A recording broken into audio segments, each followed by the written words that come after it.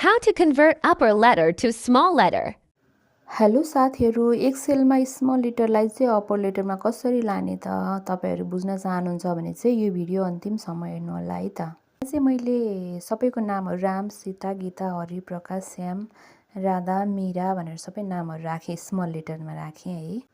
अब हामी चाहिँ कसरी गर्छौँ नर्मल्ली यसरी सबै टाइप गरेर हुन्छौँ नि त, तर त्यसरी चाहिँ गर्नु पर्दैन है। अब चाहिँ नयाँ फर्मुलाबाट चाहिँ म सिकाउन गइरहेको छु है त तपाईँहरूको लागि।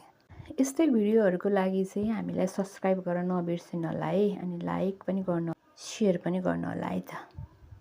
फर्मुला लाएर चाहिँ तपाईँको 10 मिनटमा हुने काम चाहिँ अब हामी 21 सेकेन्डमा गर्छौँ है। ल हेर्दै जानु है त। हामी चाहिँ यहाँ इक्वल टु गर्छौँ अप्पर, अनि ब्राकेटमा चाहिँ त्यो कलमलाई चुज गर्छौँ है, अनि सबै चुज गर्छौँ।